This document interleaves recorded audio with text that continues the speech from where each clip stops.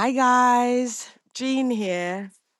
Yeah, I'm outside. I'm in my favorite outdoor office today, and I am shouting from where I'm at because, again, still haven't gotten my mic as back as yet. So hopefully, I don't have to shout too much. And this outdoor office here is my favorite space to be in because I have a nice backdrop. I love having the trees in the back. And this way I face the path that people are walking on so they're not walking behind me and I have to turn around. I know you don't care about this, so let's just get into it, right? Topic of today is women stop settling. And I don't mean stop settling. I don't mean money and those kind of things. I mean, you cannot settle in that in many ways. But when I say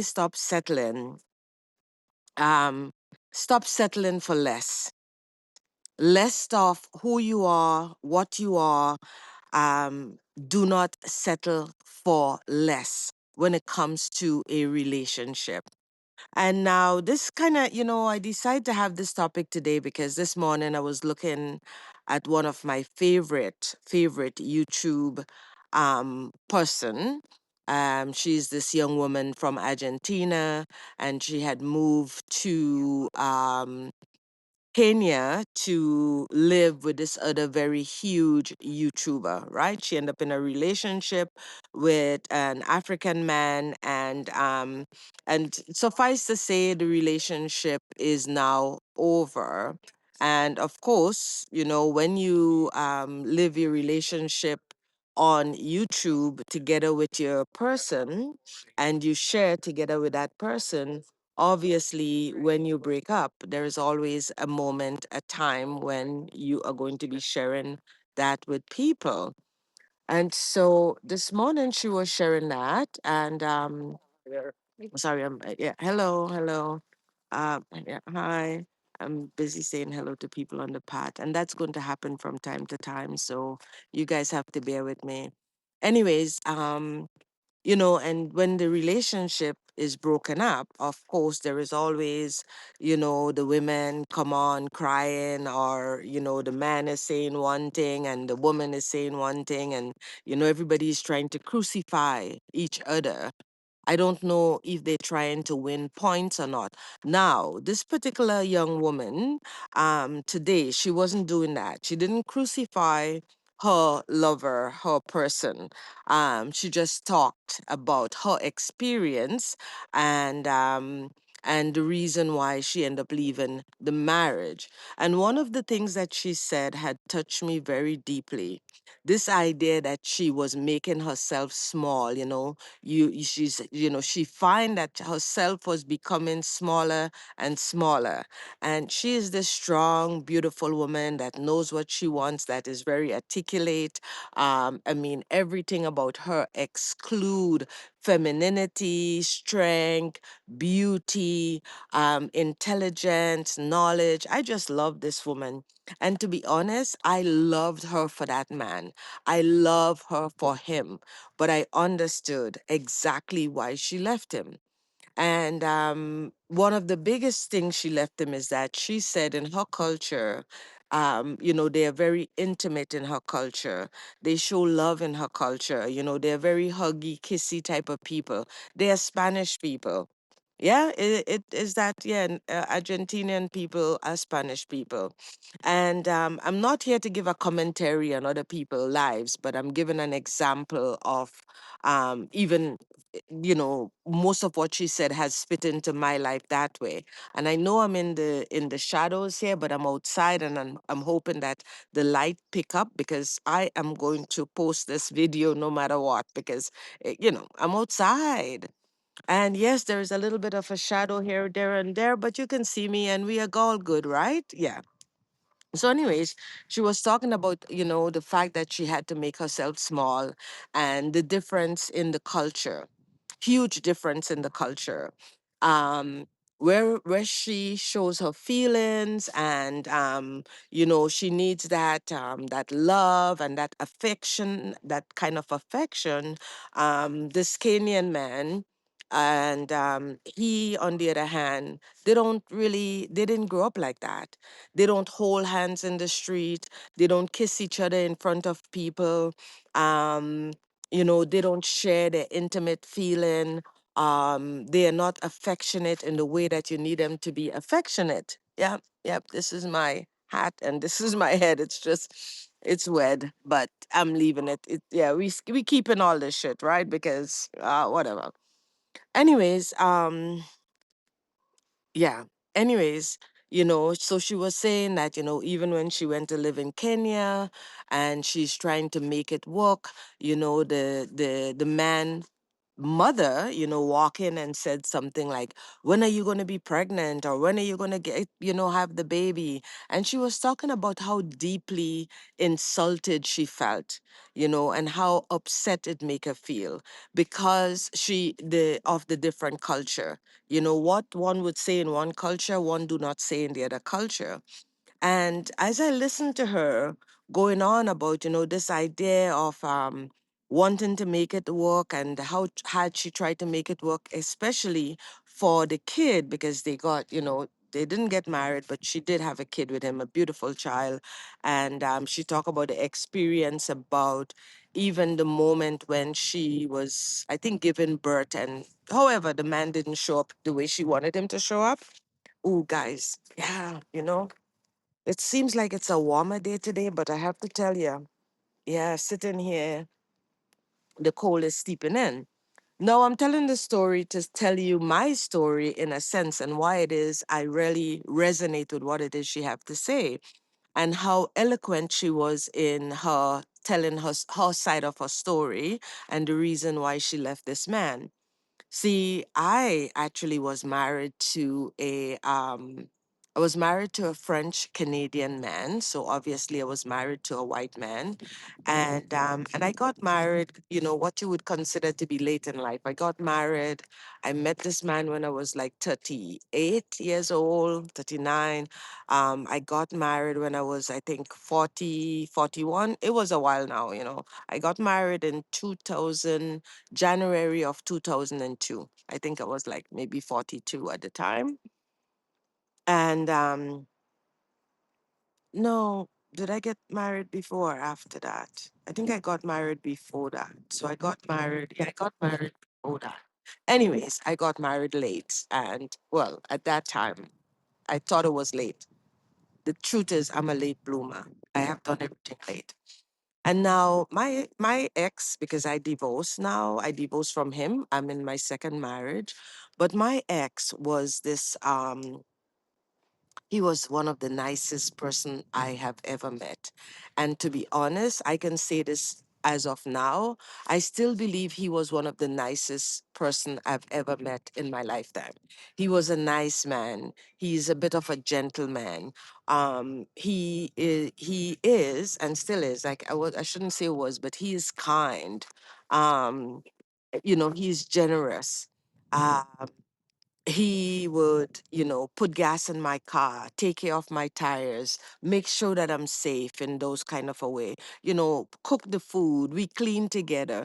There is so many things about this man that was good as a husband, like so many things.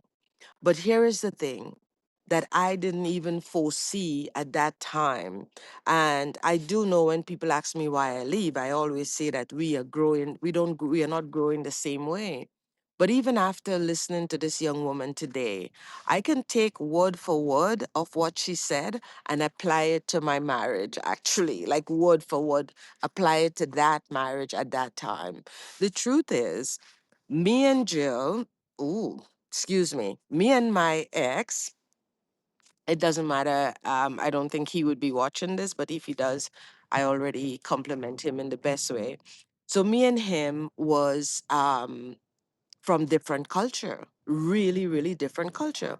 I am from the Caribbean. I'm from Grenada, a small island.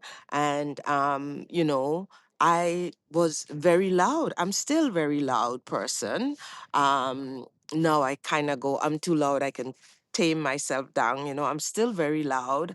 I was When I got married, most of my own trauma, I haven't dealt with a lot of my own trauma. And he came with a lot of trauma. So emotionally, he was not on. He was shut down emotionally. So there was no affection in this marriage. I remember all the time when we go for walks, he would be all the way ahead of me and I'm behind him walking. And I always thought about wanting to walk and have my hands being held. I wanted to be, I wanted my husband to hold my hands when I'm walking. Women, a lot of you know that your husband is always ahead of you or he's behind you. Hardly he's ever behind you. He's always maybe ahead doing something. I remember one time we were on this bike ride and we were coming around this very steep mountain. And as we come around the mountain, of course, he was ahead of me on this bike ride, and he was quite very much ahead on the ride. And I was behind him. And as it happens, um, we were coming down the mountain, and I am in the back. He already went around the corner because I wasn't even seeing him. My hat, I was wearing a cap, and my cap fly off my head. And I reach to, grab my cap. And when I reached to grab my cap, I actually went straight over the bike. Um, I damaged my hands. I totally broke my teeth. Yep, there's a false one right here. I don't know. Yeah, there's false. Yeah, yeah, because I broke that. I fall smash on my mouth. That teeth end up going through this. I don't want to tell you this kind of a trauma, but anyway, this happened, and I'm in the middle of the road, and guess what? My husband, did not even see that or notice that. Ultimately, when he didn't see me for a while, he had to kind of come back, and that's where he met me. So the thing that it is that we settled when we don't know, when we show up with our trauma. And I couldn't settle. I stayed in that marriage for 17 years because he was a nice man, because he had other attributes, I would say. But the one thing that I needed, the one thing that I really wanted, because it's something that I truly never really had in my life, and that was deep intimacy, you know, this kind of a deep intimacy. And sometimes we think that these things have to come naturally. Not really. When we have done the work, the inside work on ourselves, when we have stripped ourselves from our trauma and our drama and our shame and our pain and our hurt and our heartache, our heartbreak, um, our addictions, when we strip ourselves of all of that and we can show up in the world as, very much in tune with our intuition, with nature, with the way the world is running, without, putting any false thing in our body and in our soul and all these things. Because when we go against nature, guess what? There is always a repercussion when we go against nature. So in this whole thing about you know, women have to stop settling. It is really important because the saddest thing that can ever happen to a woman is that she reach my age and I am 63 already. I'm sitting on ice. Let me see. I'm going to show you guys. Let me see. Oh, yeah, you see, I think my entire jacket is wet and I'm showing you. So, because I'm sitting here and I have to sit back down. But yeah, anyways, I'm going to make this short. Um, yeah, when we settle, there is these women that makes it to my age or even past my age, like actually literally past my age. They are very unhappy, they're angry, they are lost, they have never received the things that they wanted in life, they have never dealt with their trauma, and they're with another human being that hasn't dealt with his trauma or her trauma, and they stay in this marriage and this relationship forever. And it's kind of sad. It is sad because they have never woken up and become awake in the world. And sometimes they have chances to do that, but they don't. And I am actually saying this to say life is fleeting. That's what people tell me all the time. Every time I listen, life is short, this is short. Oh, look at that. The year is already done. The month is already done. Look at how time is flying. And you know what? Time doesn't really fly. It's bullshit. It's something that we say to each other, because, it's what we say to each other. Where is the time flying? Like, have you seen time fly? Like, I mean, literally, yes, times is moving and we are moving, but if we are slowed down and we live in our center and we live in according to in the present moment, time stretch in the present moment. When we live in the present moment, time stretch. But what's happening to us as a culture and as a people, we are living in the future. We are constantly ahead. And therefore, time is flying, right? And you can rebuttal that if you want. This is my take on that. I'm doing my own scientific experience, and I'm loving that, right? So let's come back to why women settle. Women settle because they call it love. I love him. And I'm telling you, is it Tina Turner? We are living in a world without Tina Turner right now. And I tell you, sometimes I cannot fathom living in the world without Tina Turner. And thank God she left her gift behind, because what does love have to do with it? You know, what does love actually have to do with it? Love is love. You can love somebody. And I always say that to my now husband. I say that to my friend, and I say to myself all the time. I can love you and I can leave you and still love you. I can love you from here and you are overseas and I can continue loving you. I can love you and do not like you and do not be with you and I can continue loving you. Um, so if love has something to do with it, you don't have to be living with me and being with me and hook on to me for me to love you. This is the same. If I love my child, it doesn't matter where my child is in the world. And I think people confuse that. They think that, yeah, there is romantic love, there is lust, there is all this other stuff. But when it comes down to it, love is it's caring, it is a gratitude thing, it is a wholesome thing, it's an inside thing. It is the thing that it can bring us joy and happiness and excitement and pleasure and all these things. But all those things we can have by loving someone long distance. We can have joy and happiness and pleasure.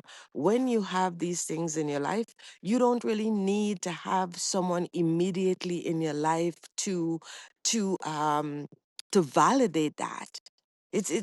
Love is not a validation.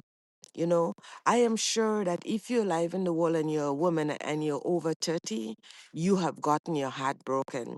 If your heart has never been broken by the time you're 30, or what we consider our heart to be broken, if it hasn't been broken by that time, I got to tell you, you have never really loved somebody, or you have never really feel heartache or heartbreak or whatever they call all of that stuff.